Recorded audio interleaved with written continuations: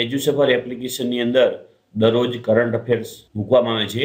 એમાંથી કેટલાક પરીક્ષાલક્ષી મુદ્દાઓ જે પરીક્ષામાં વારંવાર પૂછાય છે, અને હમણાં જે થોડા સમય પહેલાં જે કેટલીક પરીક્ષાઓ લેવડાવી, બીજ સચિવાલય છે, પોલીસ છે, તો એની અંદરથી ઘણા બધા આ મુદ્દાઓ કરંટ અફેર્સની અંદર એ પરીક્ષામાં પૂછાયા હતા। તો એમાંથી કેટલાક જે પરીક્ષાની અંદર પૂછાઈ શકે એવા મુદ્દાઓ લઈ અને આપની સમક્ષ આવ્યો છું। તો મિત્રો, તમે તૈયાર રહેજો, અને આ વિડીયોના અંતે આપણે એક સવાલ પૂછીશું જેનો આપણે જવાબ આપવાનો છે। પશ્ચિમ બંગાળ સરકારે બજ અને રૂબી વિસ્તાર વચ્ચે મોનો રેલ ચલાવવાનો નિર્ણય લીધો છે। 29 સપ્ટેમ્બર 2016ના રોજ નિવૃત્ત આઈપીએસ ઓફિસર શક્તિ સિંહાને નહેરુ મેમોરિયલ મ્યુઝિયમ અને લાઇબ્રેરીના નિર્દેશક તરીકે નિયુક્ત કરવામાં આવ્યા।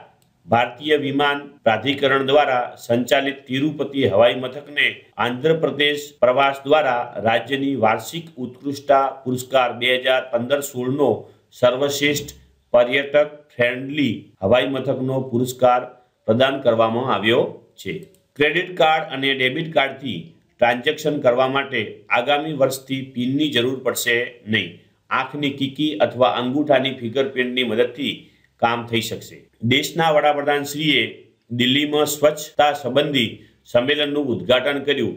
તેનું નામ ઇન્ડોસેન છે। 2 ઓક્ટોબર 2016થી દેશના દરેક રાષ્ટ્રીય સ્મારકો પર પોલિથીનના ઉપયોગ પર પ્રતિબંધ લાદવામાં આવ્યો છે।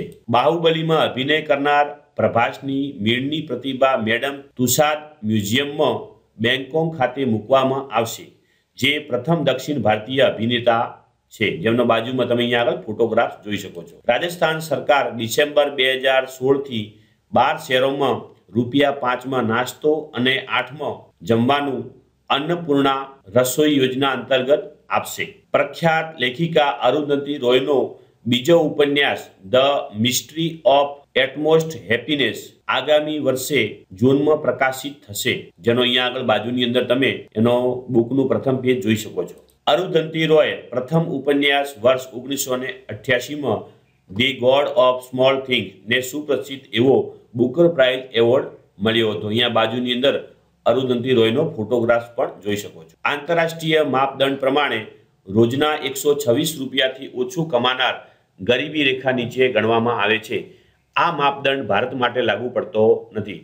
આપણે ભારતની અંદર 32 રૂપિયાથી ઓછી આવક મેળવનારને આપણે ગરીબી રેખાની નીચે એટલે કે બીપીએલ લાભાર્થીમાં ગણવામાં આવે છે। વિશ્વ બેંકના જણાવ્યા અનુસાર વિશ્વનો દર ત્રીજો ગરીબ ભારતીય છે। વિશ્વમાં ગરીબોની સંખ્યા એ ભારત પછી બીજા નંબર ઉપર નાઇજીરિયાનો ક્રમ આવે છે। હાલમાં રિઝર્વ બેંકના ગવર્નર ઉર્જિત પટેલ છે, જેનો બાજુની અંદર ફોટોગ્રાફ જોઈ શકો છો। હાલમાં હરિત કેરળ બ્રાન્ડના બ્રાન્ડ એમ્બેસેડર તરીકે કે જે યેસુદાસને નિયુક્ત કરવામાં આવ્યા છે। દાદા ફિલ્મનું જે ગીત છે એને પણ તમે કદાચ પરિચિત હશો જ, છતાં નાની સરખી 5 સેકન્ડમાં એમનું ગીત પણ તમને અહીં બતાવી દઉં। દિલ કે ટુકડે ટુકડે કરકે ભારતના જાણીતા પર્વતારોહી અર્જુન બાજપેયીએ વિશ્વના સૌથી ઊંચા પર્વતની ટોચ ચોઓયુ ચડવાનો રેકોર્ડ બનાવેલ છે। 6 ઓક્ટોબર 2016ના રોજ ભારત દ્વારા ટેલિકોમ્યુનિકેશન સેટેલાઇટ GSAT-18 ફ્રેન્ચ ગુયાનાની સફળ લોન્ચિંગ કરાયું છે। તેનું કુલ વજન 3404 કિલોગ્રામ હતું, જેનો બાજુની અંદર ફોટોગ્રાફ જોઈ શકો છો। આગામી વર્ષે ઇસરો GSAT-17 અને GSAT-11 નામના ઉપગ્રહો લોન્ચ કરશે। ભારત પાસે દુનિયાનું સૌથી મોટું મિલિટરી વિમાન C-17 ગ્લોબલ માસ્ટર છે, જેનો ફોટોગ્રાફ તમે નીચે જોઈ શકો છો। જુલાઈ 2016ના રિપોર્ટ અનુસાર ભારતીય વાયુસેનામાં હાલ 1,38,496 વાયુ સૈનિકો છે। દેશની પ્રથમ હીરા ખાણના બ્લોકની હરાજી મધ્યપ્રદેશમાં કરવામાં આવી છે। જાણીતા ગાયિકા આશા ભોસલેની બાયોગ્રાફી રાજુ ભારતે લખેલ છે। હાલમાં ઐશ્વર્યા રાયને Outlook Business outstanding celebrity woman of the year નો એવોર્ડ આપવામાં આવેલો છે। ભારતીય રિઝર્વ બેંકના મતાનુસાર 30મી સપ્ટેમ્બર 2016 સુધી દેશનો વિદેશી હુંડિયામણ ભંડાર $37,199 અબજ થઈ ગયો છે। દેશમાં એચઆઈવીની સારવારના સૌથી વધારે ART કેન્દ્રો આંધ્રપ્રદેશમાં આવેલા છે। જેમની સંખ્યા 55 છે. તામિલનાડુના શિવાકાશીમાં દિવાળીના સમય પૂર્વે શુષ્ક વાતાવરણ હોય છે, તેથી ત્યાં વધારે ફટાકડા બનાવવામાં આવે છે. ભારતની કુલ વપરાશના 80% ફટાકડા શિવાકાશીમાં બનાવવામાં આવે છે. રાષ્ટ્રપતિ પ્રણવ મુખર્જીએ 8 ઓક્ટોબર 2016ના રોજ પશ્ચિમ બંગાળના મુર્શિદાબાદ જિલ્લામાં નવા સૈન્ય સ્ટેશનનો પ્રારંભ કરેલ છે. પ્રથમ તબક્કામાં તૈયાર થનાર કાચના 3 કોચને કાશ્મીર ખીણમાં તેમજ અરંકુ ઘાટી તામિલનાડુમાં રેગ્યુલર ટ્રેન સાથે જોડવામાં આવશે. ભારતની આંતરરાષ્ટ્રીય સરહદ પર દેખરેખ રાખવાનું કાર્ય નેશનલ ઇન્વેસ્ટિગેશન એજન્સી કરે છે. NCTEનું પૂરું નામ national council of teacher and education થાય છે, જેનો બાજુની અંદર લોગો જોઈ શકો છો આપ. ભારત દેશમાં 24 હાઈકોર્ટ કાર્યરત છે. રેલવેના એક્સપાન્શનના નવા પ્રોજેક્ટને વિસ્તારવા માટેની મંજૂરી આપી દેવામાં આવી છે. રેલવેના 9 પ્રોજેક્ટ અંતર્ગત 1937.38 કિમી નવી રેલવે લાઇન નખાશે, જેમાં 21,000 કરોડ રૂપિયાનો ખર્ચ કરવામાં આવશે. 14 ઓક્ટોબર 2016ના રોજ વિશ્વના સૌથી વધારે અસુરક્ષિત દેશોની યાદી જાહેર કરવામાં આવી છે, જેમાં ભારત 13મું સ્થાન ધરાવે છે. 14મી ઓક્ટોબર 1932માં ટાટા કંપનીના વિમાને પોતાની પ્રથમ ઉડ્ડાન ભરી હતી, જેનો ફોટોગ્રાફ અહીંયા નીચે મૂકેલો છે. શહીદ સૈનિકોની કથા સાથે સંકળાયેલા શૌર્ય સ્મારકને ભોપાલની અરેરા હિલ્સ પર અંદાજે 41 કરોડ રૂપિયાના ખર્ચે તૈયાર કરવામાં આવેલ છે. 15 ઓક્ટોબર એ ભારતના ભૂતપૂર્વ રાષ્ટ્રપતિ અબ્દુલ કલામનો જન્મદિવસ છે. આયુર્વેદને પ્રોત્સાહન મળે તે માટે ભારત સરકારના આયુષ મંત્રાલય દ્વારા ધનતેરસને રાષ્ટ્રીય આયુર્વેદ દિવસ તરીકે ઉજવવામાં આવશે. મધ્યપ્રદેશના ઇન્દોરમાં સતત 98 કલાક ભંડારો ચલાવવાનો વર્લ્ડ રેકોર્ડ મહુના સાઈ દમા શ્વાસ નિઃશુલ્ક ઉપચાર સંસ્થાએ કરેલ છે. 17મી ઓક્ટોબર 1979ના રોજ મધર ટેરેસાને શાંતિ માટેનું નોબેલ પારિતોષિક આપવામાં આવ્યું હતું. ઉત્તર પ્રદેશ, રાજસ્થાન, મેઘાલય અને અરુણાચલ પ્રદેશમાં આ 4 રાજ્યોમાં 22 હાઈવેને રનવેની જેમ વિકસાવવામાં આવશે.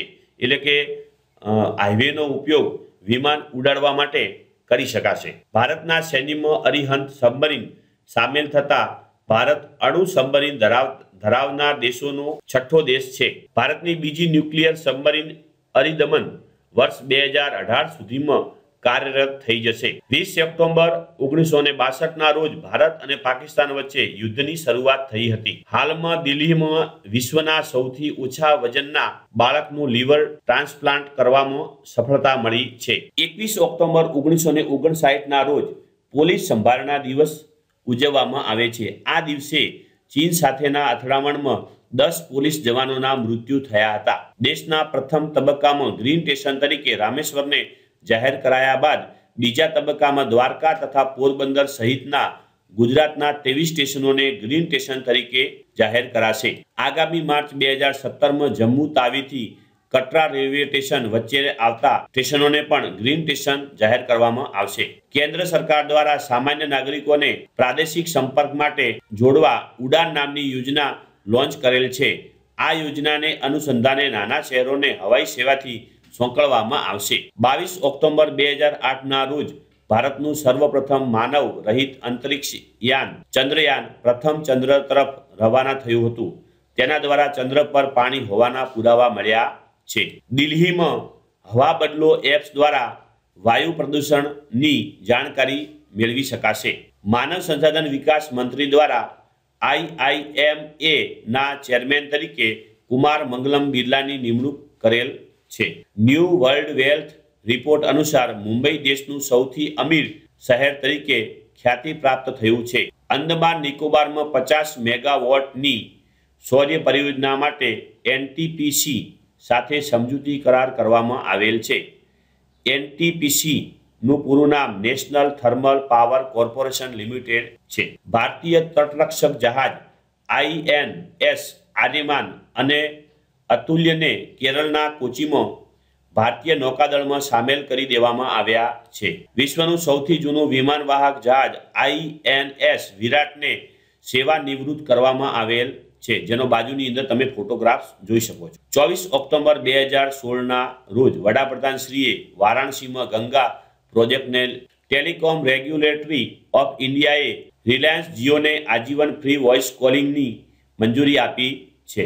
લડાખના 800 વર્ષ જૂનું ઇન્ચુ ગામમાં પ્રથમવાર સૌર માઇક્રોગ્રીડનો ઉપયોગ કરીને ત્યાં વીજળી પહોંચાડવામાં આવી છે. હાલમાં કેન્દ્ર સરકારે રાઇટ ટુ એજ્યુકેશન એક્ટ હેઠળ 8મા ધોરણ સુધીના વિદ્યાર્થીઓને નો ફેલનો નિયમ રદ કરેલ છે. એટલે કે 8મા ધોરણ સુધીના વિદ્યાર્થીઓને હવે નપાસ કરી શકાશે. બોલિવૂડના એક્ટર રાજપાલ યાદવે સર્વ સંભાવ નામની રાજકીય પાર્ટી બનાવી છે. સિક્કિમ બાદ હિમાચલ પ્રદેશ ખુલ્લામાં શૌચથી મુક્ત થનાર દેશનું બીજા નંબરનું રાજ્ય બનવા પામેલ છે. દલાઈ લામા તિબેટથી નાસીને ભારતમાં આવ્યા હતા ત્યારે તેઓની વય માત્ર 24 વર્ષની હતી, જેનો બાજુની અંદર તમે દલાઈ લામાનો ફોટોગ્રાફ્સ જોઈ શકો છો. દેશના વડાપ્રધાન આ વર્ષે દિવાળી ચીન સરહદ પરના આઈટીબીટીના જવાનો સાથે મનાવી હતી. 31 ઓક્ટોબર સરદાર પટેલનો જન્મદિવસ 2014થી નેશનલ યુનિટી ડે તરીકે ઉજવવામાં આવે છે. ભારતમાં 2020 સુધીમાં 1 અબજ મોબાઈલ સબસ્ક્રાઇબર થઈ જશે. હાલ ભારતમાં મોબાઈલ યુઝર દુનિયામાં બીજા સ્થાને છે. તો મિત્રો, વિડીયોના અંતે આપના માટે સવાલ: આ વર્ષે દેશના વડાપ્રધાનશ્રીએ દિવાળી કોની સાથે મનાવી હતી? તો આપનો જવાબ આ વિડીયોના નીચેના ભાગમાં જે કોમેન્ટ બોક્સ આવેલી છે એની અંદર આપ જરૂર આપશો. અને સાથે સાથે આ વિડીયો ગમે તો આપ લાઈક પણ કરશો અને કોમેન્ટ બોક્સની અંદર આ વિડીયો બાબતે આપના જરૂરી સૂચનો આપશો તો અમને ગમશે. આ વિડીયો બનાવવા માટે જેમણે અમને સાહિત્ય પૂરું પાડ્યું એવા પરેશભાઈ ચાવડાનો પણ ખૂબ ખૂબ આભાર. આપને અમારું કામ ગમ્યું હોય તો પ્લે સ્ટોર ખોલો, પ્લે સ્ટોરમાં એજ્યુસફર લખી સર્ચ કરો અને એપ્લિકેશન આવી જશે. ઇન્સ્ટોલ ઉપર ક્લિક કરી એપ્લિકેશન ડાઉનલોડ કરી આપ તેનો ઉપયોગ કરી શકો છો.